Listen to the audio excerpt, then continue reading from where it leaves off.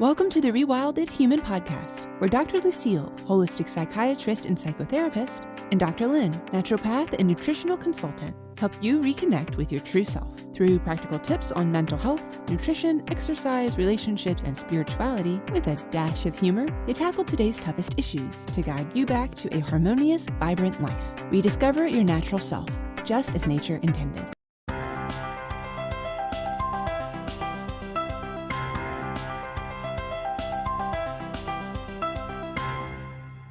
Hello, everyone, and welcome to episode 64 of the Rewilded Human Podcast. We have a real treat for you guys today. We have my wonderful friend and mentor, Mark Bajerski, on the show, and we'll be talking about how to remove negative energies from your life and from your home. Mark is an international speaker, author, spiritual teacher, and the founder of the Pure Energy Healing Academy. He's known as the healer of hearts. He has developed a unique pure energy healing method that has helped tens of thousands of people overcome challenges and transform their lives. With a career spanning over 30 countries, Mark has worked with a diverse range of clients, from athletes and artists to royalty and corporations. I'm thrilled to share his wisdom and incredible journey with you today. Let's welcome Mark Bajerski to the show. Mark, welcome to our podcast. We are so excited to have you here today. So we're going to talk about energies and negative energies specifically.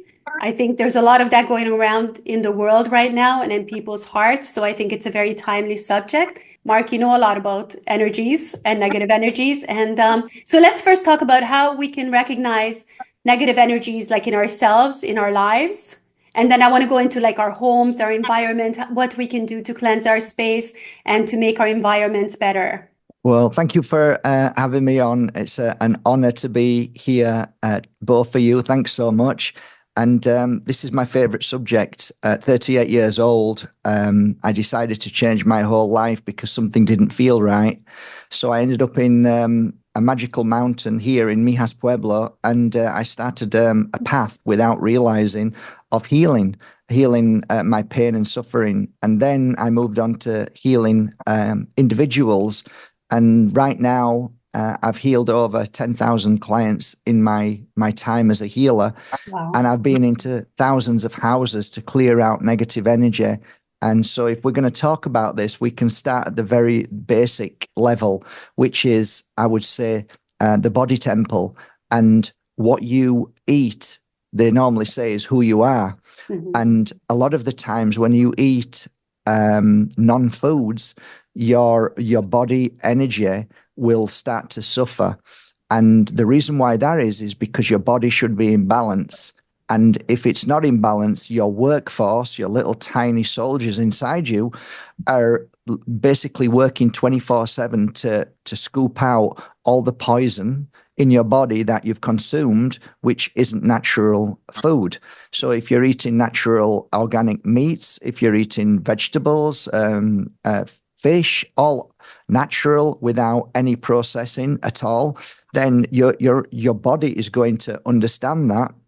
Your body's going to say, okay, we know what this is. And if your body knows what it is, it takes that beautiful fruit, vegetables, meat, whatever it is, and turns it into energy for the body. So now your body is running on a physical energy level, which means that your body's not corrupted, it's not exhausted, because when you eat poison food, your body becomes exhausted trying to get rid of all the poison out of your body. So that's the first thing. You've got to eat healthy. The second thing is exercise. You've got to exercise. The body needs to be moving. Yes. So the choice is yours. You can go to a gym, you can go for walks, you can exercise in your own home if you don't feel like going out, but you need to move the body. The body needs to be moving. If you don't, then you've got this redundant energy which builds up and which is called negative energy. So if you don't exercise, you'll get negative energy. If you don't eat healthy food, you'll get negative energy in the body. So these two are very, very important, because most healers just talk about one thing. But I've seen throughout the time that it only works when you apply everything. So once you've got that in your mind and well, I did the spiritual thing and I still feel crap. Well, that's probably because you didn't do the first and second one. Mm-hmm. Right. So once we now know you've got to eat healthy and you've got to exercise well, we now come on to environment. So most people don't even think about environment, and the environment can be anywhere. It can be where you are right now. It can be work. It can be friendships. It can be customers that you're dealing with per day. It can be the environment of going shopping, the environment of your home. It could be the environment of the business. And all the of TV, these, the news. that was the next thing I was going to say. Yeah, that also comes through computers, the black screen, and you can go on and on and on. And all of those things hold energy. Everything is energy. And you'll understand what that is if you go into an environment of a shopping center. If anybody thinks about this, you're always exhausted after you've gone into a shopping center. It could be for you an hour. For me, it's 10 minutes. And the reason why that is because you're dealing with different energies that are in that environment, because your energy can stick to everything and it can hang around if you've got bad energy. So imagine all the people in supermarkets who are maxed out on their Visa card. They're upset with their life. They're upset with everything in their life. And that energy you are walking through and walking past. Yes. So that will make you feel heavy. If you're with friends who are feeling negative and down, you will find that your energy level will go down to their very energy level just about. I mean, it's a little bit more in depth, but I don't want to go into too much detail in that. But when you're with people who are high energy level, then you'll find that you'll feel great and you'll walk away and feel fantastic. If you've been fighting with your husband, your wife, if you've been fighting with your children, that energy sticks all around. Your children feel bad. Everybody feels bad. You feel bad because you have all created that bad energy. So that can be in the environment in your house. You could be at work dealing with customers who might not be that pleasant. You have to deal with that energy and you take that on board, or you suck it in, or it attaches to you. So you've got to think about all of these things. So I always try and say, become somebody like an inspector or a police officer who's looking at all the evidence. Why did I feel bad today? What point did I feel bad? And then you need to look at, when did you feel bad? And sometimes you can figure out, I know where I'm feeling bad now. I know who's making me feel bad now. So you need to figure out these things, or else you'll keep going back to them and you'll say, oh, well, I felt okay, but now I feel bad again. So you need to always be, once you've cleansed yourself and cleansed everything, you need to figure out then, when is the point that you don't feel good again? So once I've explained all of the cleansing process, then you've got to be aware that there's going to be a point that you might not feel good. And you need to stop as soon as you feel bad and ask yourself, why am I feeling bad? And look at everything. So you've got to be somebody like Sherlock Holmes. You've got to figure these things out. And you've got to go into yourself and ask yourself as well, because normally you get a good insight when you check in on yourself. Most people don't check in on themselves at all, and it's a good thing to do. So that said, inner environment is very important as well, because most of the time we self-sabotage. And right now, what we've been through in these past 4 years, you know what? I don't feel bad for anybody who self-sabotages at this moment, because they've had 4 years of bombardment of negativity, of fear. So there's so many people who are walking around with blame. They're blaming everybody else. And it's almost like you play victim now because of what's happened. And there's a lot of people who are playing victim right now, unfortunately. But that is that's like, it's going to happen after all the trauma and abuse that people have gone through. So you've got to look at that. You know, all of those environments are extremely important. So from that, your inner environment, which is now lot of people won't go there because they're frightened. The inner environment is, am I causing? And what is it inside me that's causing this negative energy? So if you were to ask me, is it the environment or is it yourself? I would say it's a good 50-50. And they're both attacking each other. They both complement each other in a negative way. So as soon as you're in a bad environment, you then start to feel in a bad environment. You then start to snowball that environment inside you. And you are almost like accepting it, and you're going to go with it. You're going to have to be stronger in your own body temple, and you're going to have to start talking to yourself and saying, I am well, I am healthy, there's nothing wrong with me, all of that doesn't affect me. You've got to talk positive. And that is something that most people won't do. Most people don't talk positive to themselves. Yeah. Most people talk fear and worry. So these are like 3 or 4 practical things that we can at least acknowledge now, write down and say, let me see through day to day, week to week, and month to month, all of these things. Do I check them all and tick them all? And where am I? And like, okay, my food's pretty good. I'm walking and exercising. That's pretty good. I'm not on the black screen all day long or the computer and fighting with people on the computer. That's good. My inner work, well, I'm working on myself, trying to, say nice things to myself, tell myself it's, things are beautiful, and, be nice to yourself, be kind to yourself. Yeah, I'm working on that. That's really good. So once you've got all of them out of the way, right, then you get onto the real kind of heavier side of this field, this energetic field that we're talking about. So if you want me to go into details into now the heavier side, or do you want me to talk about what we can do to cleanse all of that, or do you want to just talk about everything that could cause us negative energy? Let's talk about the heavier side. I think that would be important. And let's talk about, Mark, you keep mentioning the black screen, the black mirror, right?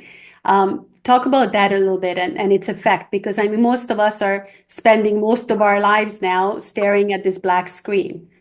And so a lot of our state of mind and our emotions and everything we actually get from this. But there's a very dark side to it. Can you talk to us a little bit about that? Yeah, what I've come to understand about the black screen is that it's a kind of worldwide web of dark energy. It isn't positive. It isn't about sharing love and kindness. It's not about coming together. It's not about being one and creating. It's the all opposites of those things. And the black screen is like any kind of drug, cocaine, heroin, sugar. It's going to pull you in, and you're going to struggle to pull yourself out of it. That was the whole point. So once it's got your energy, it's got your attention, then you find that your life will be zero. It won't mean anything, and your life will only mean what the black screen tells you that life is. So you'll be always following an illusion of people that you think are better than you, smarter than you, richer than you, more famous than you, where it's all a lie. Everything that is being given to you is like, it's like a sugar fix. It's like a hit all the time. And you'll find that the more you watch the black screen, the more you will fall into a very dark place. And the outcome of that normally is depression. And that's a very negative energy. No such thing as depression, but it's a feeling that you'll get that you're not worthy, you're not good enough. And it will instinctively make you feel unworthy. And you will feel a sense of, if I don't have my black screen, I'm not alive. And that is the whole catch. It's the net, the web, and it's pulling you in to. You've seen like those babies that are screaming when they're like 1 year old, and they take away the phone from them and they start screaming and smashing things. They go crazy. So, I mean, if it has that kind of an effect on a baby already, it's really scary. It is, and it's all to do with energy waves. I mean, this was spoken about by Barry Trower a long, long time ago, who worked in the military-industrial complex, and it was kind of horrific what he shared with the world, that he came out of it because he saw that the military were using Wi-Fi in a certain way that they wanted to see how it would affect people, and they were using the Wi-Fi on pregnant women and children to see the effect it would have on them, and that was in the 60s. So what you've got now is an advanced energy system, which we call a weapon, which is your phone, and that sends out a frequency. So it's like a gun to your head, and it's basically making you brainwashed. It's brainwashing you to its frequency. So you're dependent on it. So the waves that come off this are so dangerous that people just don't realize, because it's a drip feed. It doesn't happen instantly. It happens in time. And eventually you'll find that your child will not be able to act in a normal manner without the phone, because they'll be addicted to the phone and they'll need the phone. And it's like not having an arm, and they'll become angry. And there's plenty of information out there that's showing that children are now turning violent when they don't get the phone. They're actually, it's really frightening what's happening. So, that's really important, that we understand that the black screen is not our friend. Yeah. It's our enemy. And if we can see it that way, then we might be able to make a change, and we limit ourselves. So like you, Lynn, and you work on the black screen because it's your work, and you limit yourself to the black screen because it's work. What I'm talking about is people that will use the black screen all day. It will be part of their life, and they can't let go of the phone. It's basically stuck to their hand, and children's hands, and they're watching the screen. And this is, again, a hypnosis, a form of brainwashing. It's a form of programming at its highest level, and it's so dark, it's unreal. From that point, we say dark energy. Dirty energy, I call it. Dirty energy is from your Wi-Fi, from radiation, from satellite, from computer, from cell tower, from smart, everything smart, which isn't so smart. Yeah. All of those things we call in the healing world dirty energy. So, when your clothes are mucky, what do? You don't even think twice, you wash them. But we never think about washing our energy, our life force. We call it chi prana. This energy that's around us, which some healers can see, is fascinating, because the energy around you tells a healer how you are at any given moment. And it's fascinating. It's fascinating to understand that your energy tells you everything. And energy doesn't lie. So you can say you're having a good day, but a healer will spot it and say, you're not having such a good day at all. You're actually not well. And sometimes a healer can easily point out that it looks like your liver. It looks like you've got a headache. It looks like you've got a stomachache. It looks like you're in grief. It looks like you're angry. It looks like you're heartbroken. All of those are energies, and energies that vibrate at a frequency that basically causes your life force to change. It could be color, it could be frequency, it could be how wide your life force is.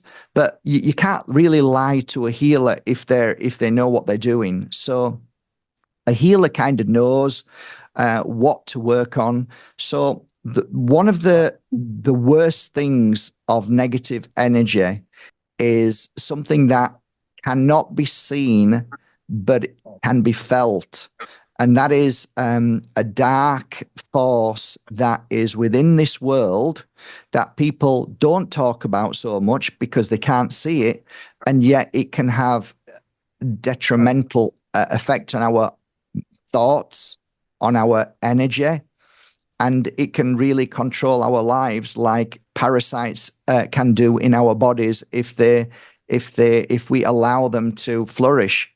So this is more of a heavier side of healing. This is more of a darker side of healing, but it's kind of, I don't want to put fear out there, but it's becoming more common. And that is what we call entities, attachments, spirits trapped in between two worlds. And we can even go to heavier energies, which are demonic energies.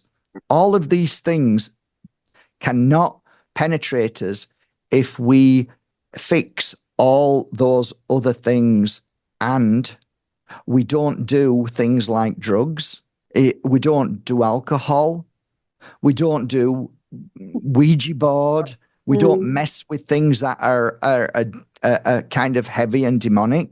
We just did an episode about that, about Ouija boards and demonic forces and everything. So it's good that you said that.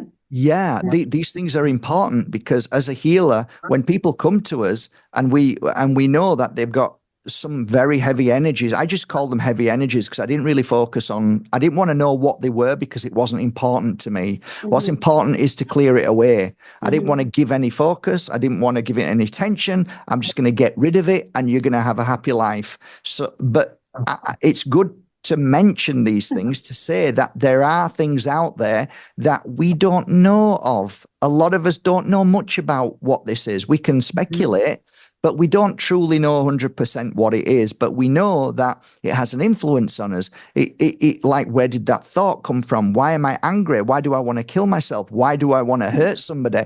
Things that you would never think about doing, but you're having these thoughts. And a lot of the times it's because there are entity attachment to us.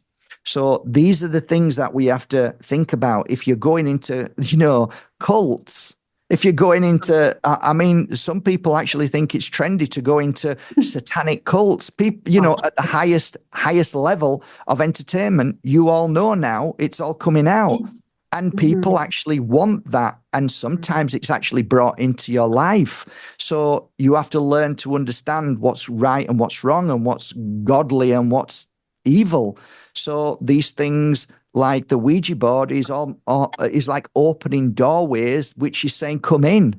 Yeah. And I always remember watching, I think it was Poltergeist, where this guy was walking along with a hat on singing, and he wants to come into the house. And they didn't, and he says, you can't come in. But if you invite him in, then he's going to take over the house. Yeah. So what that means to you guys is you are the most powerful energy in the world. But if you invite things into your energy field, then there's a chance that you can become almost like a magnet. You can become a frequency that they can pick up on and feed from by way of your energy changes. So fear is a very powerful energy. It's probably the most powerful energy in the world, other than laughter and joy and love. That's the ultimate power. But fear comes very close second, and fear is very easy to bring into your life. And like I said, if you're doing things that you're out of control, if you've no control, fear can kick in. So these are the things you have to watch. So that just gives you an idea of how negative energies can come into your life. That's basically a short version, because this normally takes about a week for me to explain when I do courses. Yeah, we understand. And I just ask you, we've just celebrated, as we're filming here, we've recently celebrated Halloween in North America. And I find the energies of that so disturbing. I have for a long time. There is such a sense of that humor and apparent pleasure at being scared, and indoctrinating children into that. Now, the Halloween thing is not nearly, I think, as powerful as the dark screens right now for the children. But I'm often taken aback by how I can feel so much of the negative energy, and other people feel light and apparently happy with it, and they wonder why you're having a hard time with it.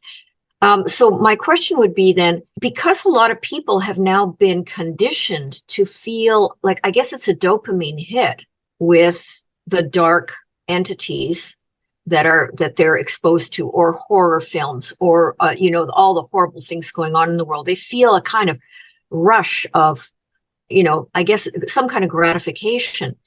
Like, how do those people really get to that place of really looking or feeling inward to know that in their heart of hearts, this isn't right. Like, how can they even make that transition?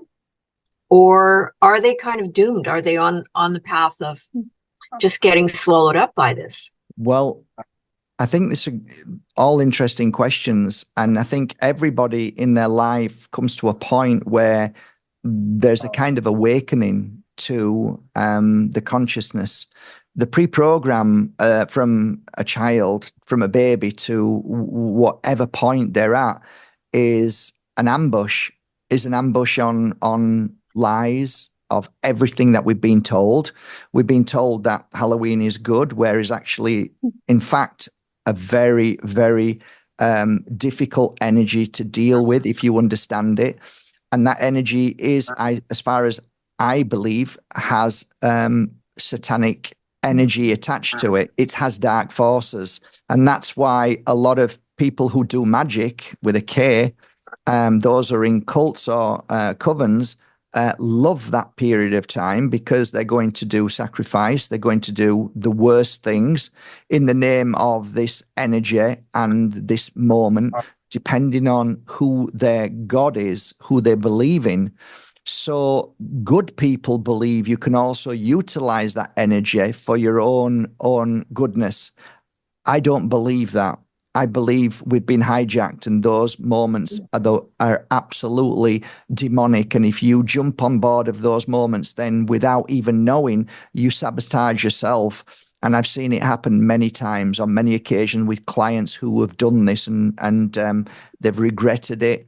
And a lot of bad things do happen on that day. They do happen on that day. So I tend to sit back. I tend to meditate and not do much on that day and night, or for the day prior, the day on, and the day after.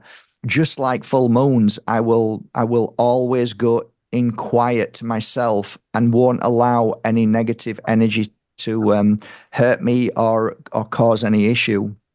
Is there any hope for mankind?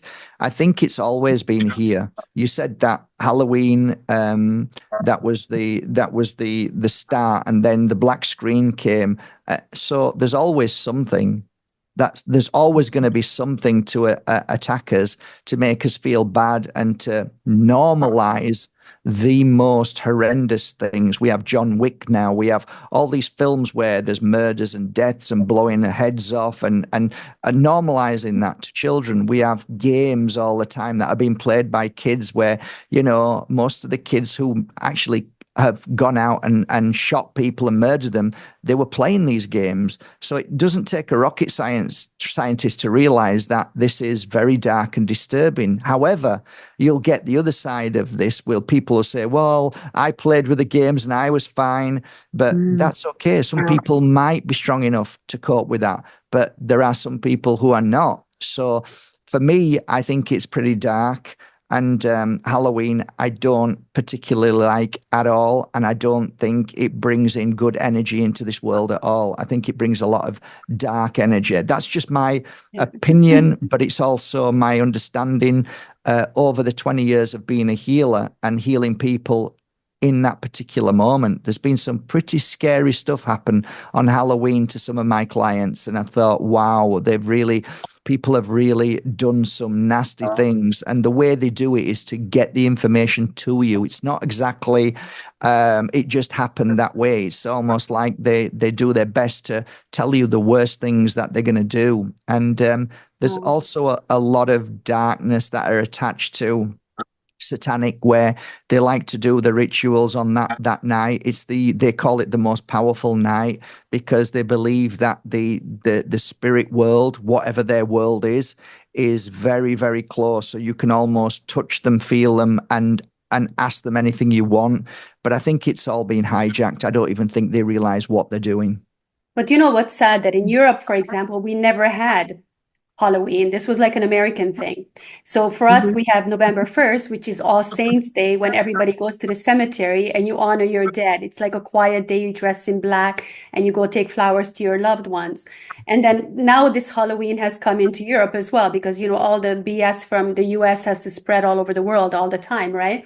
But I was just reading something recently. I don't know if this is true. I think it was the Druids. Is that how you say it in English? I was reading in Hungarian. It was like a Druid tradition where they would go to the houses, and the pumpkins symbolized in which house they needed to sacrifice a child.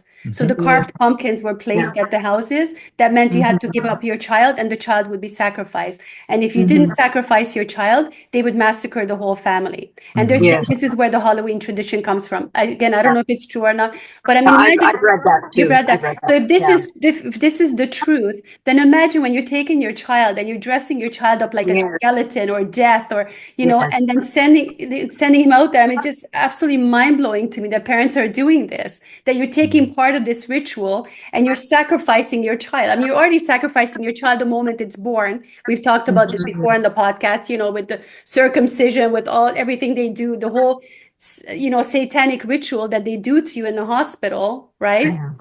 That's how you start your life. It's like, here's Satan, here's my child, right? And then every year you reinforce this ritual on Halloween. I mean, yes, it is demonic, and people are so unconscious to it. But I wanted also to pick up on something you said, Mark, too, when you said, well, people can come to an awakening. And in your experience, what would that look like? What have you seen? People going from a state of unconsciousness where they seem totally controlled by the agenda to starting to wake up. What actually happens in your experience to help them wake up? Well, I don't want to put a downer on this and make people feel like this isn't a really uplifting conversation, but it's only a small few who have the awakening. The rest are just playing out a role in society. I call it a holiday for most people. They don't really know what their life is or what it's about. They just continue feeding the very energy and nature of the beast at the moment. There is an awakening, and it looks like some people are awakening for sure, but they would have only awakened anyway at some point, but most people don't. If you ask me how many people in this world will awaken over a lifetime, I would say no more than 5%. The rest will just continue living, or they may have a moment of, oh, that was bad, but then they'll go straight back into the next episode of, oh, that was bad. Oh my God, I can't believe I did that.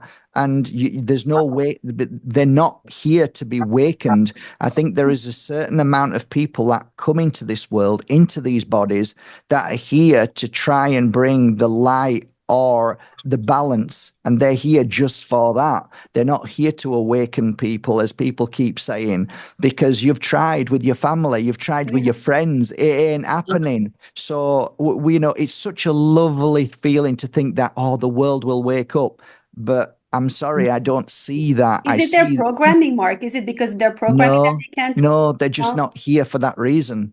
We're all here for a reason, and we're all here for different reasons. Everybody thinks we're all here for one reason, and that's not true.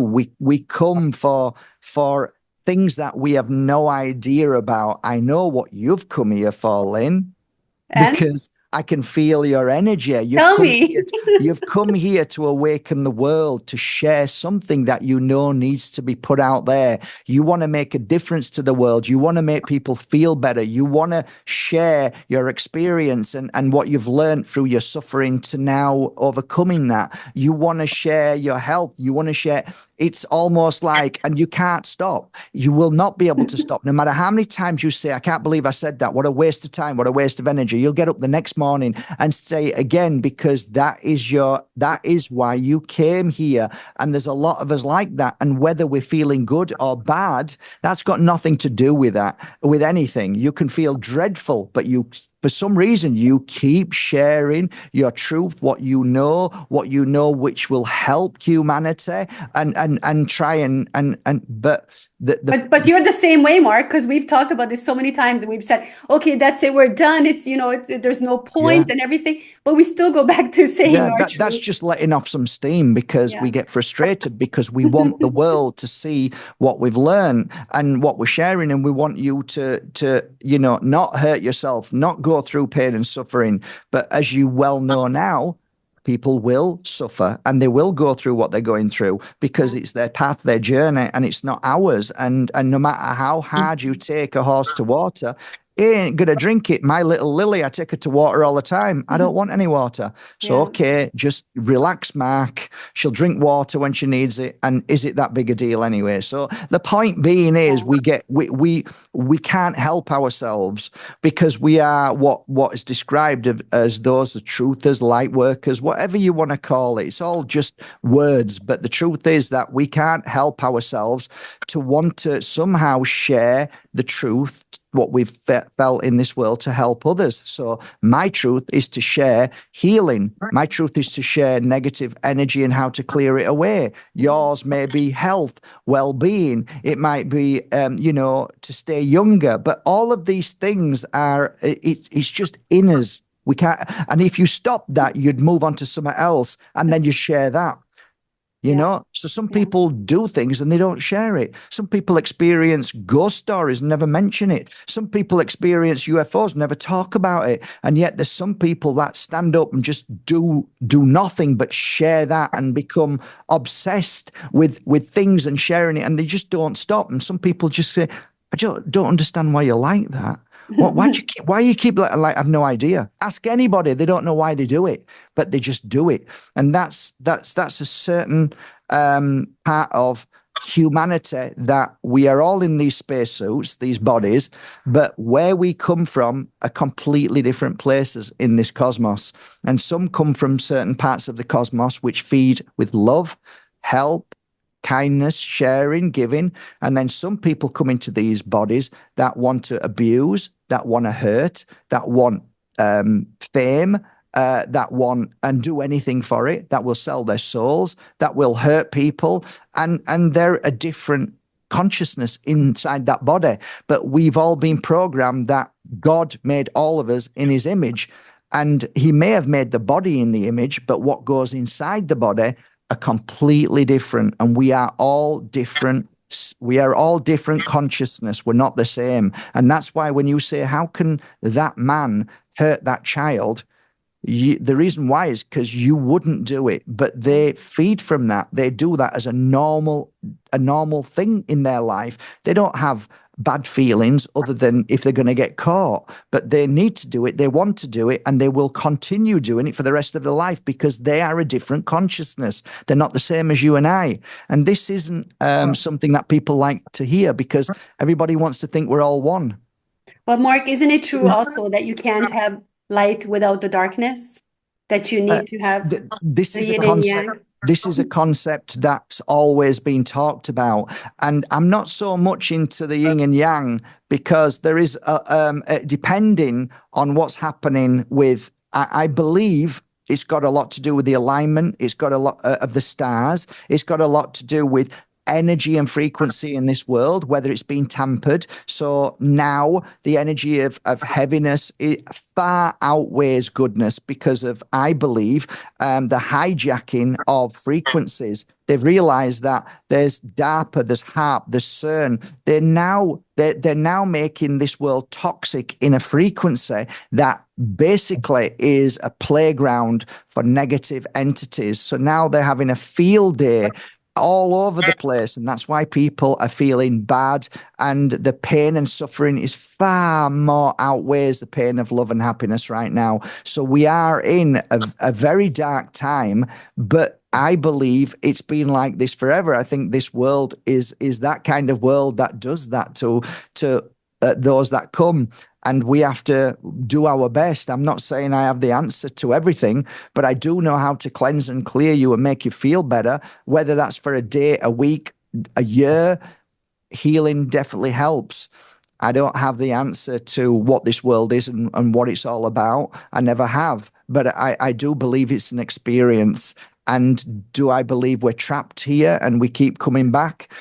I don't know. I just know if we come from a sacred place, if we come from a beautiful world where we are spirit and we are all seeing and all knowing and we are all powerful, then we would know if we were coming to this world what we were coming for. We would know exactly what to watch out for, what to prepare ourselves for. So I don't think if we are all seeing and all knowing, and this world is a demonic world, which is fully all about feeding from our energy by entities and darkness and bad people and bad things and narcissistic behavior and all that. If it was like that, then I'm not so sure. Why would I come here to torture myself through that? And these are the questions that I ask myself every day. And I don't think anybody has the answer to it. Do you think because maybe it's a learning program that we're here to learn? Again, that's something that's been thrown around by this new age and stuff. And I've often said, yeah, I mean, every time I fall, I seem to get stronger. Now, I know loads of people who fall and don't want to get back up, and then they don't want to learn from it. They're feeling bad, and I don't want to be here anymore. I hate life, and I just want to go, and don't you dare bring me back here again. Everybody's different. We're all different spirits inside these bodies. And whatever we are doing, we're doing. So I say to myself every day, where I am right now is where I'm meant to be. And where I'm taken to is exactly where I'm going. That's all I need to know. And I trust my destiny and my path. That's all I know. But I don't know anything other than that. And Mark, go ahead, Lynn. Go ahead. No, go ahead, Lucille. I really appreciate your humility in that respect, Mark, that, to say, I don't know, is, a really empowering stance, actually, rather than to glom on to a story that you've been told or that you've heard or you think is true and just keep propagating it as the truth, right? Because I wonder sometimes if explanations that we get about this world are really part of the programming, part of the conditioning. Like, for example, Lynn, you mentioned this thing about, well, this is, a school, we come here to learn. Well, why? Why, if we are infinite loving beings, why do we have to come to a place like this to learn? I think about those things, and if I think deeply about those stories, I think that doesn't even make sense. Mm-hmm. But you know what it does do? It propagates the belief that, well, this is just the way it is, and we must accept all of this evil and darkness. And whose purposes does that serve then? Is it not more for whoever is the dark forces that are, feeding off of us? For us to throw us into that belief? I have a lot of questions about the I absolutely understand what you're saying, and I've had these conversations with myself for 20 years. And I've spoken to what I believe is my spirit world. A lot of people will say that's just dark energies pretending to be the spirit world.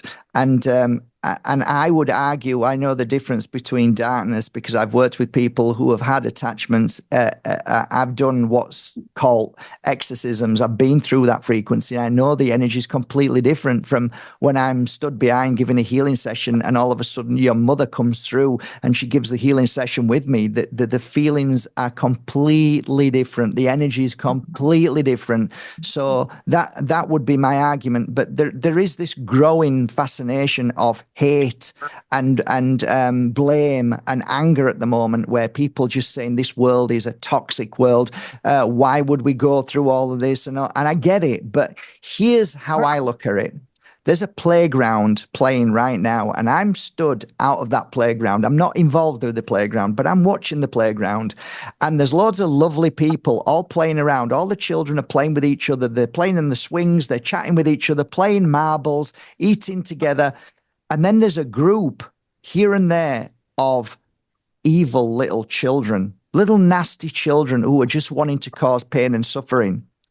I'm watching this and I'm thinking, I'm talking to everybody else. What do you think? I think we should go and try and help make a difference. And that's who I think I am coming into this world. Mm-hmm. That's who I think I am. I've come here to try and help, but I'm not saying I'm a savior, but I want to at least try and help that one little girl who's just about to be bullied by this guy. And I Yes. believe that when we're asleep, our soul leaves this body and helps people on this plane all over the world. I think we do more work when we're asleep, and we don't realize that, than what we do when we wake up in the morning and we get on with life and try and make a difference. So I think we're here for more than what we know, but I think we're here to try and bring some kind of balance and healing into this world. And I'm not saying that as ego. I'm just saying that Sure. that's No. how it feels to me, that I think I'd probably come back again if I see people being hurt, because if I see anybody being hurt in this world, I'm rushing there. Like today, I saw a dog. It was starving, and I rushed into the shop, bought a load of food, came out. It was petrified, and I'm trying to feed it. Nobody else was trying to feed it, but that is who we are. And I don't think that consciousness changes when we leave this body and go out to our home world. We want to come back and help again. So that's how I see it. I see it simple. I don't see it too complicated. Right. Yes. And that's a beautiful analogy of the schoolyard. That is a beautiful analogy it's simple, really. I think the people who are awake, who are here, I agree with you, are here to help, just help, even if it's one individual who's ready to wake up. That's what we're here for. It's kind of like our lifeblood. Yeah. And we don't need to know all the answers. I don't actually want to know. I just want to, I think the more we try and find out, the more we realize we know nothing. And I've figured that for 20 years. I've looked into healing. I've looked into, the power of spirit and darkness, and that you realize you know nothing. You're just touching on a surface of something that is so huge that, just what is it you want to do in your life, Mark? Do you want to just try and find out what living is? I mean, what the spirit world is, what the darkness is. I mean, what's the point in coming here? Didn't we come here we might as well have stayed home if that's the case. And we forgot how to live. Most of us just don't know how to live anymore. Yeah, and I mean, maybe the ultimate goal is really just to enjoy life and to go out there and live your best life. The problem with that is that does not feed the darkness. Yes, that's right. Hate that. This is like poison. Hearing this is poison to darkness. That's why whenever you start to shine and you start to do something that is going to cause a massive wave of goodness and kindness, you are stopped in your tracks by darkness or through weak people who then come and attack you. So that's a fascinating subject in itself. So it's something that we should talk about in life, that we are. I did a video about that we're not an endless self-improvement project. Like even on yourself, you don't need to be working on yourself all the time. You don't need to be improving yourself. You don't need to be meditating all the time. Like sometimes the best thing you can do is just live your best life. Yeah, that's right. And just most enjoy people life. don't know how. Maybe but that's most what people it's all don't about. know how. No, They've they been don't know hijacked. Yeah. Like I said, they're on the phone all day. They're hijacked. Yeah, everybody's hijacked. And you're selfish, aren't you?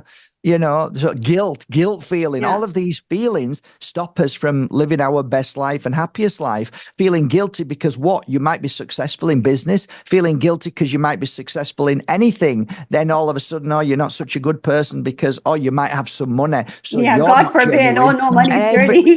Yeah. And like my friend Dom says, unless you strip yourself down and whip yourself with nettles, and to forgive yourself, it's like you're always being constantly judged and attacked, and there's opinions all the time about what people think you should be, but that's their lack of what they don't believe that they can achieve, that's how they justify attacking you for being successful, being a good healer, helping lots of people. And even if you give your love and everything, they'll still find a way to attack you. So it doesn't matter. It doesn't matter what you do. Exactly. Yes. Yeah. Mark, I know, like, for example, so somebody goes to you and you can, you offer healing, which I know you're not doing the personal healings anymore, but, but you would give them protection and to protect them from the negative energies, which would last for a certain amount of time. But what can somebody who's listening to this or watching us on YouTube, what can they do to protect their own energies from these dark forces and from the darkness? Well, first of all, you have to keep yourself cleansed. And most people forget, even healers forget. Even I forget. When I was healing I'm like, oh my God, I forgot to cleanse myself. The most powerful and cheapest way to cleanse yourself is something called sage. Mhm. Over here in Spain, they call it salvia. Sage is a natural mother nature herb that is given to all of us freely. You can go and pick it in America and in Alpujarras. It's all over the place. But burning sage, the smoke from sage is like putting yourself in a washing machine. For your clothes. It's the same thing. And if you sage your whole body and do it properly, not just a little bit of smoke, I mean, literally fill your whole body with smoke for 5 minutes all over. Keep blowing the sage, make more and more. So I have loads of videos on my YouTube channel of how to do it. And it kind of looks bizarre because, wow, you're filling yourself full of smoke. But actually, that is the most powerful jet wash to clear all bad energy away from you. It is the number one. And then some people have complained and said to me, oh, Mark, I can't do it because I've got smoke alarms or I live with people who don't like it. Then buy some sage spray. So all of these things is what I created for myself and use on myself now daily in the car. So I use a sage spray and that really helps, but it's not as powerful as sage smoke. I've got to tell you, it isn't as powerful. Sage smoke is the number one. And if you're in a depressed place, if you feel down, if you feel heartbroken, if you sage yourself in 5 minutes, in 15 minutes after that, you'll feel different. Now, why is that? It's because the energy that you created or somebody else created has gone. So now you feel better. The headache's gone. The heart pain's gone. The stomach pain's gone. Why is that? All you've done is sage yourself, but actually it's a powerful thing and it clears a lot more than you can imagine. And so that would be my number one go-to. And that will clear your whole space. So you would sage your whole house, right? Or well, that's the next step, because what happens then is that if you feel better and then next day you feel bad, like I said to you at the start of this, you need to find out why you felt bad again. Mm-hmm. And normally it could be the energy in the house, because your negative energy attaches to everything and stays there. So if you learn how to cleanse your house properly, most people don't do it properly. Not even most healers do it properly. If you do it properly, it's like you're driving in fog. You almost can't breathe. Absolutely. It has to be that thick, and it has to be in every room. And if you are clearing if you believe that you've got ghosts or entities or something very bad in the house, then you have to do every single room, because the entity moves and it keeps away from the smoke. I don't know why, but it does. And once you've cleared all the house, the entity disappears. It somehow goes, whether it was the smoke or whether it just goes because it doesn't want to be in that environment. That was my experience for 20 years. So sage is my go-to, always, always. What about sound, like with the singing bowls and stuff like that, or certain kinds of music, certain frequencies? Can that also be helpful? Yeah, the only problem with that is that each sound has a frequency of healing to whatever you're trying to heal. So if you've got cancer and you find a sound that can heal that certain cancer, you'll find that it dissipates the tumor. If you've got a headache, you'll find a sound that just dissipates the headache, the pain, or the suffering for whatever's happening. It's normally a block or stress or some issue in there that just neutralizes through sound. You've got to be a sound expert to know what frequency heals. Mm-hmm. So I am not somebody who can tell you how that works, but I tell you one thing: if I'm ever clearing a house of dark entities, I use it's called Gregorian chants. So mm-hmm. you'll have heard these monks singing. Mm-hmm. For some reason, they hate that. They hate that frequency and energy, and they're off. So I used to use that all the time in houses. French Gregorian chant. Love that. And it really works. And I play it 24 hours a day in houses if there's negative energy there. So I'll sage it. I'll say some prayers first of all, because I always try to find out who's in the house. because it could be somebody who's trapped in between two worlds. And that's a different thing. Once you get into that field of work, then you've got to try and talk to that spirit and explain to them, that it's good to go home, and that you're a spirit will think it's an hour ago or 5 minutes ago, since the tragedy happened, and then they won't even feel that there's tragedy. They'll just be stuck into these worlds with guilt, fear, worry, shock. So I try and speak to spirit in the house and help them to vibrate back home. And that's where I believe our family come forward and help us. And with the music and just good conversation in a spiritual manner, sitting down as if I'm speaking to you. Sometimes you can connect to that spirit, and sometimes you can't. Sometimes they're angry, sometimes they're nasty, and then you have to cleanse the house because they're not listening. So it's a very interesting field of work, and it's not that simple, really. It doesn't sound simple at all. Mark, No. tell us about the lemons. Well, the lemons were an interesting story. That when I first started many years ago, I ended up working with a shaman in Malaga, up in the mountains, and he was doing massage and some different work, and I was doing healing work. And at the end of the day, we sat down together, and for some reason, one woman started to show an interest in the shaman, like she wanted to be with him. And I thought that was strange. And he said to her, run around the garden, because the gardens were huge, and run around the garden for a while, because she said it was kind of embarrassing. She kind of came on to him. And I said to him, what are you doing? Why are you asking her to run around the garden? And he said, if she wants to be with me and talk to me and spend time with me, she needs to get rid of that negative energy. And I said, well, all right, the ground, the grass, and no, the trees. And I'm like, the lemon trees. He said, yeah, lemon trees absorb negative energy. So I never thought anything about it till I came back and sat down.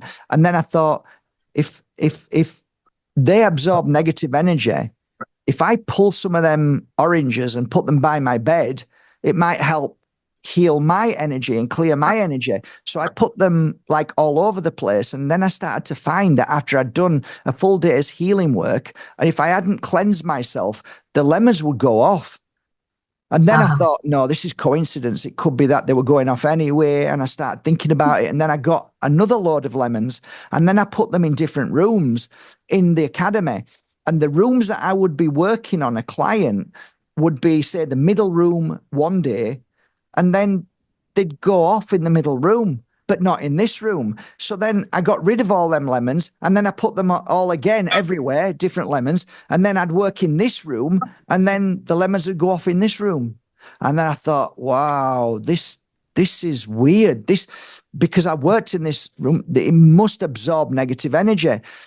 And I mean, I've got hundreds of lemons here that have gone dry, but they haven't gone off, because when they go off, they go like dusty, and that dust is moldy, kind of right? dangerous. They go blue. Yeah, that's dangerous stuff. Don't inhale that. People think I'm talking rubbish, but here's just a few of the lemons that have gone dry from being nice and healthy to rock solid. This is how they should go when the room is in good energy. When the room's in bad energy, you'll find that the lemons will go black dotted, and it'll go like it's off. And that's an indication that you need to clean your room, because there's negative energy in that room. People will laugh, people will mock it. But I tell you what, if I've been doing it for 20 years and I have actually left places where I spent thousands to start doing my healing work and stay there for the rest of my life, and then found that all the lemons were going off all the time, and I couldn't cleanse the room, and it wasn't cleansing properly because there wasn't any windows so that the negative energy would go out. And then I thought, okay, if my lemons are going off all the time, I don't want to be in that energy. And I was actually getting sick. I was getting headaches. And I actually left one place because of that reason, because my lemons were always going off.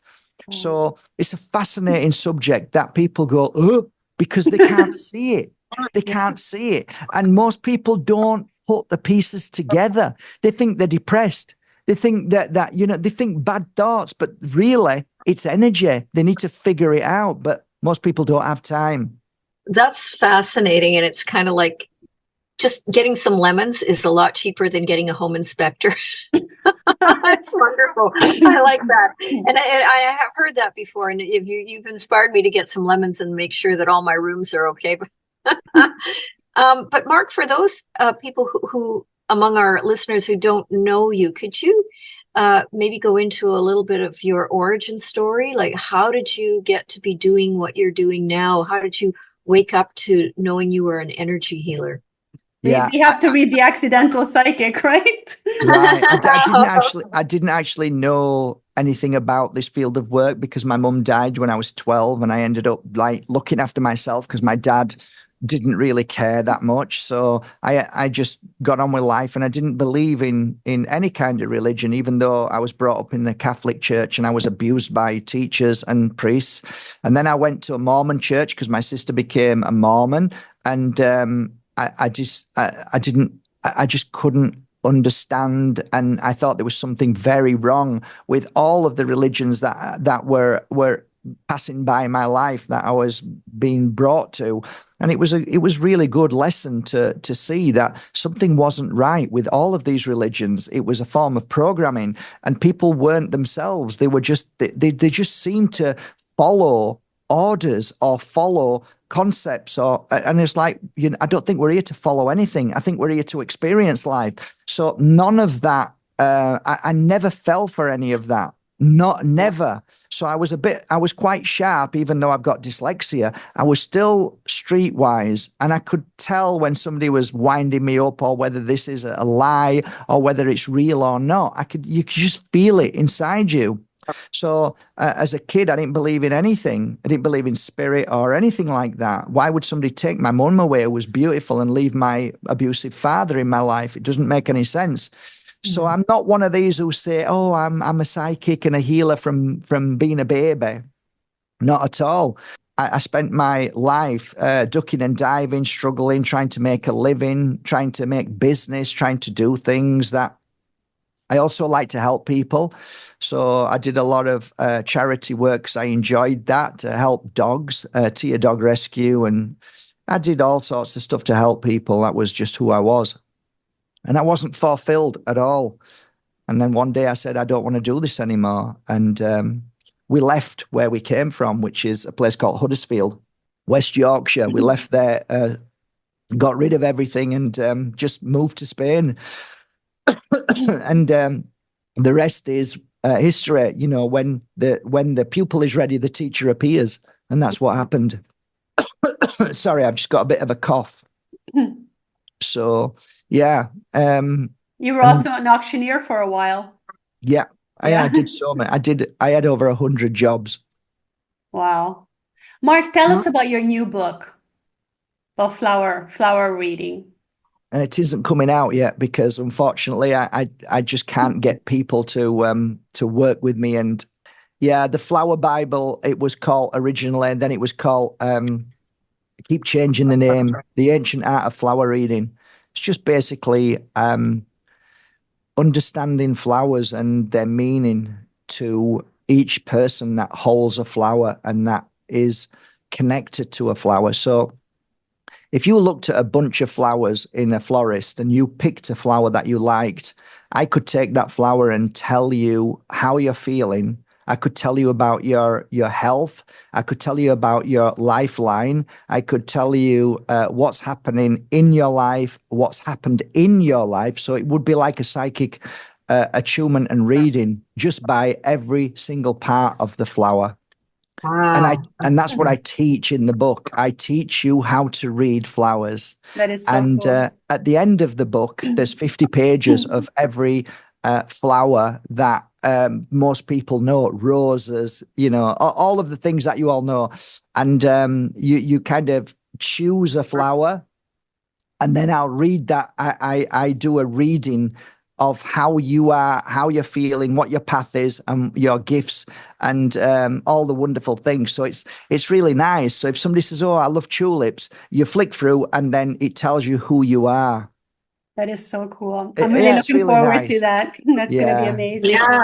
Yeah. Mark, Yeah. and please tell our listeners where they can find you, how they can get in contact with you. You have your YouTube channel. You're also quite active Yeah. on Facebook, Instagram, and Yeah, they I can think also buy sage from you, sage crystals, yeah, crystals is oils. really my life now.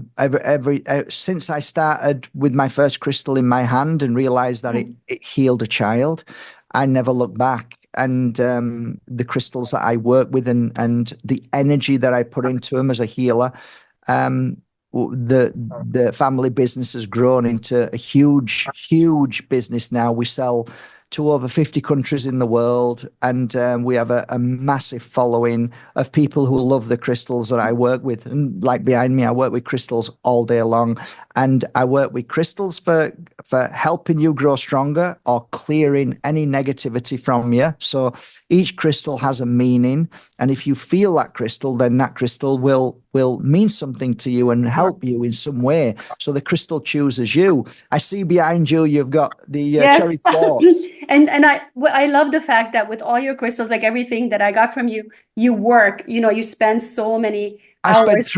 I spent 300 hours on that. I remember that.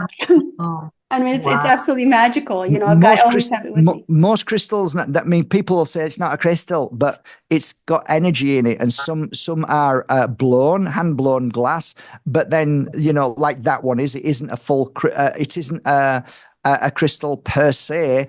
But it was something that I loved and fell in love with, and I worked with it. And you can put energy into glass, because what is glass? It's sand. If you look at sand under a microscope, it's basically crystal. It's all natural crystal. So that is a crystal. It is energy. And if you put enough you have to put a lot more work into that than you would do an amethyst. Yeah. That I can tell you as a fact, but that was a lot of work gone into that crystal, and I loved that crystal. Absolutely loved it. And I know most of the crystals because I work with them for maybe 20 hours or maybe 50 hours. Now it's like 12 to 15 hours, sometimes 20 hours. But this is the work that I do. That's why they're called pure energy crystals, because there's not just the crystal works its magic, but I also like healing a client. I will put the same healing into the crystal so that the crystal then becomes a healing session for the client all the time. Yeah. So and it's worked, and people swear by them. They won't. Most of my clients will not go and buy a crystal. They'll just buy one off me and say, "I like your crystals, Matt." And I'm like, "Okay, so if it works, then I'm going to continue doing it." And 20 years later, I still do it till this day. And your oils, your sacred oils, are amazing as well. Everything that I sell is what I've worked with. So it's a healer's path. It's a healer's journey. All the sprays, all the incense, everything. You've got thousands and thousands of hours of mistakes to be able to get to where my products are. So I don't just buy products. I have had to experience them all through all the hardships, for all the mistakes to get to something that works. And there's not a lot. There's only a handful of what I work with. There's only maybe 20 products that I work with as sprays and oils and incense, but they are 20 years in the making. So they're not just, I'm not just a company that, buys this and sells it. No, they are my working tools. And every single oil, every spray, every incense has pure energy healing. I will not let anything go without them having a healing session, and nobody else touches them till they come to you in that sense. So I love that. And you also have the classes, right? The pure energy healing. Yeah, that right now is really popular. People are loving it, but it's probably because we put the price right down, because it was quite expensive for the reason that we didn't want people just jumping on and doing it for nothing. Because I realized that, like for me, when I learned from shamans and from spiritual, beautiful souls, really interesting people, I found myself saving up and getting excited. And then I was invested. And then I'm not going to let this course go. I'm going to get as much out of it as I can. If you give things away, a majority of people don't value it. Absolutely. And right. now that sounds awful, but we still have a project where people will send us a message and say, look, Mark, I haven't got anything. I swear to God, I've got nothing. And then we'll help them. Of course we will. But the price was always quite high because we wanted people to be serious, because it's a serious course. It's a 4-day course and it's intensive. So you've got to put your heart and soul into it. But because of the situation in the world now, there is a genuine truth that people don't have the amount of money that they used to. Most people can't afford milk, their skin. So we put the price right down. So you still have to work to pay for the course, but it's affordable. Everybody's jumping onto it and they're loving it. So we're proud of our courses. There's 2 of them. The Pure Energy Healing course that learns how to heal yourself, learn how to heal others. And then there's a Pure Energy Crystal course that's all about learning about crystals. They're both 4-day courses and they are, I think, probably one of the best courses in the world, but I'm biased. No, that's wonderful. I will link everything below so people can easily find you. Yeah. Mark, Yeah. thank you so much. That was a lot of information. It was absolutely amazing chatting with you. It was. Yeah, it was fabulous energy and That's fabulous. like 1 hour of a 4-day course from 9 till 5. So you can imagine what value you'll We get out of squeezed a the lot in course. there. Yeah. Thank you so Yeah. much, Mark. And we really Yes. appreciate you being here. Yes, we really do. This has been such a pleasure. Thank you so much. We'd love to have you sharing come your back wisdom. anytime. Yes. Yeah. Anytime, Lynn. Anytime. Thank you Mark. so much, both of you. It's been a pleasure. Thank you, guys. See you guys in the next episode. Bye-bye.